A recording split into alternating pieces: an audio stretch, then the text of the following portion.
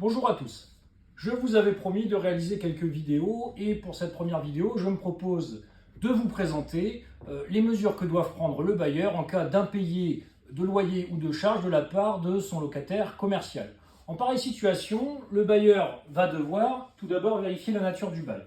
Est-ce qu'on est en présence d'un acte sous seing privé, auquel cas on ne pourra prendre que des mesures conservatoires?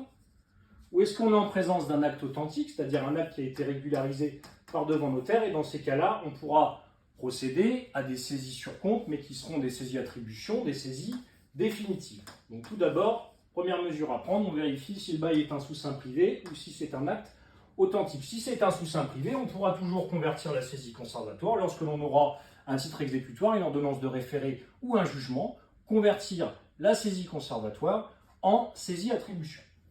Ensuite, il faut bien évidemment, lorsque le bailleur rencontre des impayés, relancer le locataire, essayer de lui téléphoner, essayer de lui envoyer des courriers. Si ce n'est pas possible, de s'arranger avec lui, qu'on a rencontré notamment beaucoup pendant la période Covid, puisque bien évidemment les exploitants ont rencontré des difficultés économiques. Si je dresse la frise du temps, première démarche à réaliser, cela va être la délivrance d'un commandement de payer.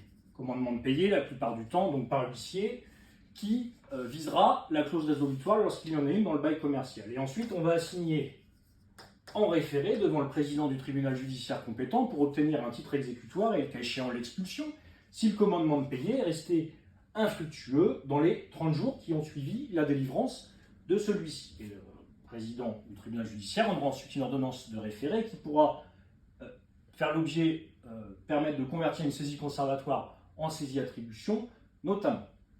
Ensuite, le locataire commercial, il va bien falloir vérifier que ce dernier n'ait pas fait l'objet d'un jugement d'ouverture d'une procédure collective, c'est-à-dire une sauvegarde, un redressement ou une liquidation. Car en pareille situation, on a pareil une frise du temps qui se présente ainsi. On a tout d'abord le jugement d'ouverture de la procédure collective. On a ensuite la publication au BODAP, au bulletin officiel des annonces civiles et commerciales, qui arrive généralement dans un délai entre 3 semaines et 2 mois suivant le jugement d'ouverture. Mais ensuite, les textes, disposition du code de commerce indiquent qu'on a 2 mois pour déclarer la créance au passif de la procédure collective entre les mains du mandataire désigné. Et donc le bailleur ne doit pas oublier de déclarer sa créance et de demander, conformément aux dispositions du code de commerce, au mandataire de se positionner sur le sort du bail ou à l'administrateur lorsque un administrateur a été désigné.